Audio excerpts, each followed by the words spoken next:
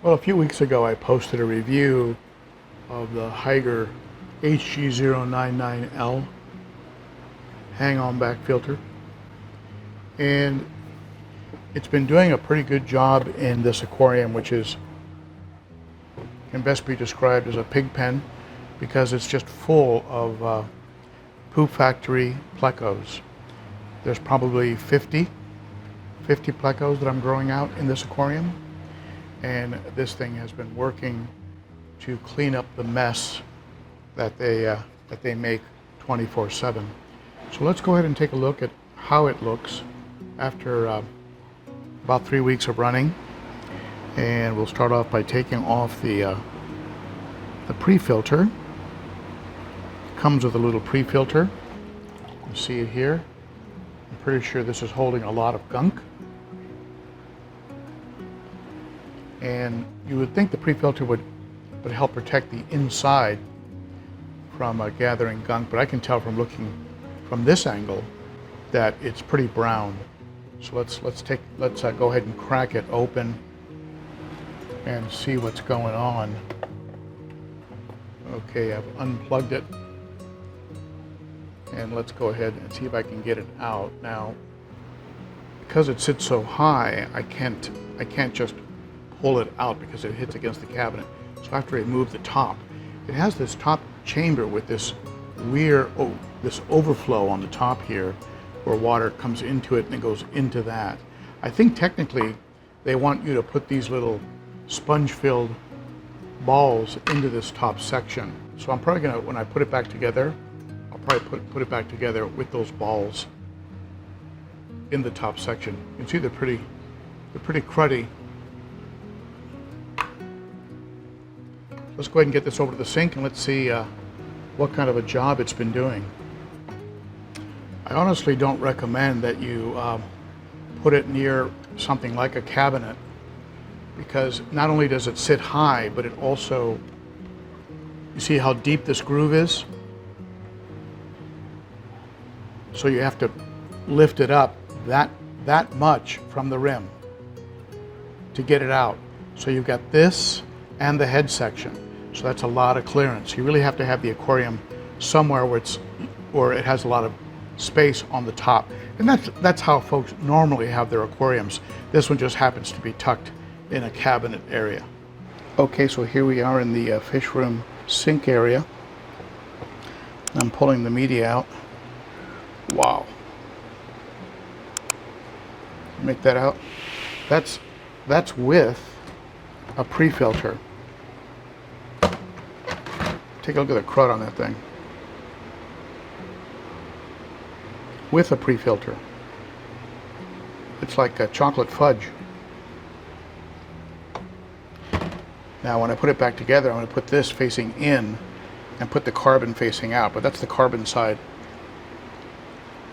You want your water touching your chemical filtration, in this case carbon, last, and it comes with this carbon cartridge. Usually after about a month I throw away carbon, but that's a huge mess. Let's take a look at the bio balls. You can make out the bottom of this sink from the bio balls. It's just disgusting. But here they are. I'll go ahead and give them a rinse.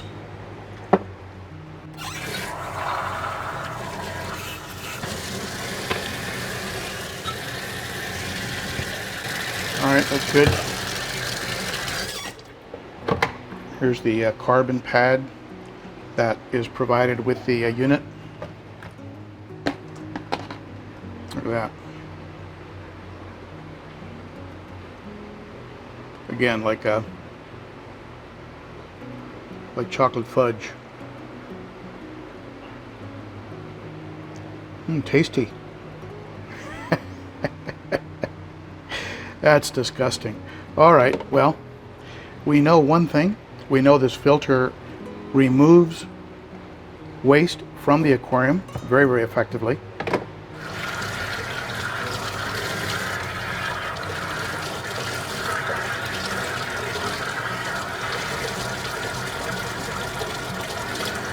A lot of junk coming out of this.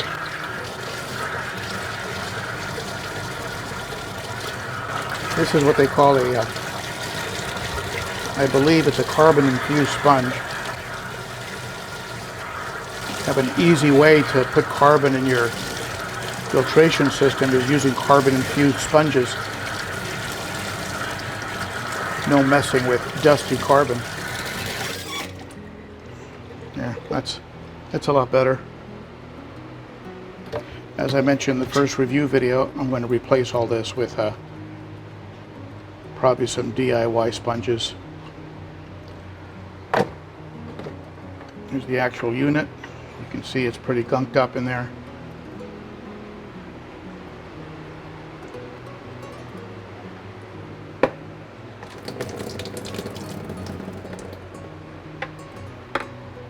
Disgusting. In a good way. Because all it means is that the unit is doing its work. I'm checking for plecos. If they were crawling up this part here, they were sucking their way up, playing in the overflow. I'm not going to bother cleaning the impeller. I'll usually do that maybe once every 3 or 4 months, but that actually looks pretty caked up. Let me go ahead and take this off. Yeah, that's pretty muddy. You can press down here and open this up. I'm not going to do it right now, but I might need a tool to do it. But to get to that impeller, it's in there. It looks pretty clean though, except for what was on the surface. Alright, that looks pretty good. You push this in so that the wire can go on the track.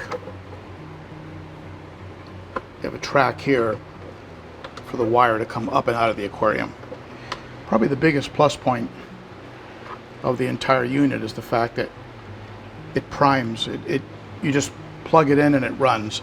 You don't have to put water in the unit to get it going again because the pump is inside the aquarium, so it immediately starts the process. Let's clean the mud off this. Alright, that looks a lot better.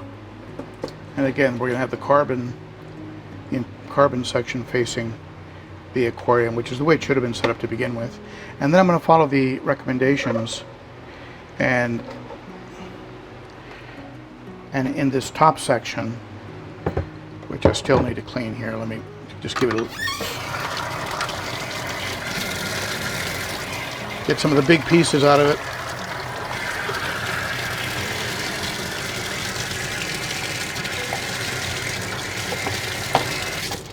Okay, that looks good. So what I'm going to do now is I'm going to put the bio balls in this top section, which seems to be the general consensus. I don't think they'll block the overflow. There you go, serviced and ready to go. Didn't take too long. Here's your flow valve. Give that a little rinse. This controls the flow. Intake tube.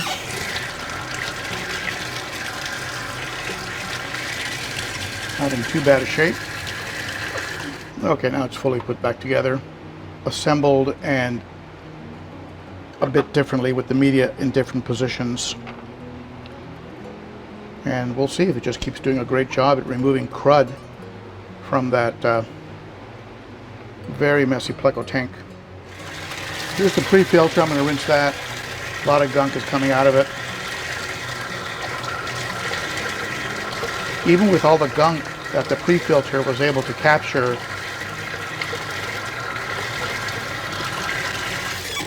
it was still a tremendous amount of gunk inside the filter. Now, this is a little piece that goes on the back of this filter, and it's the only piece that I've had any problems with. And by that, what I mean is it's a little bit difficult to get on.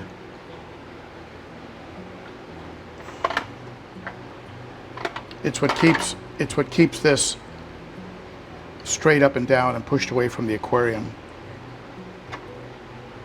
So you can put it in this hole here and then turn it to give you the amount of distance that you want it to be pushed away from the glass at the bottom. But I've just had a real hard time getting it on there. It took a considerable amount of force to get it into that hole. So Hygger, if you're listening, make getting this onto the unit a little easier, please. All right, let's put it back on the aquarium. To make it easier to work on, I've gone ahead and attached it to the side of the aquarium. That little piece that I was having a hard time with getting onto the bottom, it actually makes a difference and is keeping it nice and straight up and down. But I'll go ahead and use it there, and that eliminates the conflict with the cabinet. There's no water in it right now, it's dry. Let's go ahead and plug it in. There you go. You don't have to worry about a leak occurring in the most common place that hang-on backs leak, which is the connection between the motor or pump and the body of the hang-on back. That's not going to happen here because that pump is inside the aquarium. So that's a big plus point. So for 33 bucks, not bad. Not bad for 33 bucks. Are there hang-on backs out there that are better? Of course there are. For about 3 times the price, 2 to 3 times the price. So just as a starter unit, I still think it's not bad. It is a little harder to clean than other units. I think it's easier to clean my my big Marineland Emperor 400s. But overall, there you have it. First cleaning. One thing I was surprised was at the amount of gunk that it did collect, and that's at the end of the day probably the best thing I can say about it. It really collects up a lot of gunk. And probably the second best thing I like is that it doesn't matter if there's a momentary power outage, it just kicks right back up.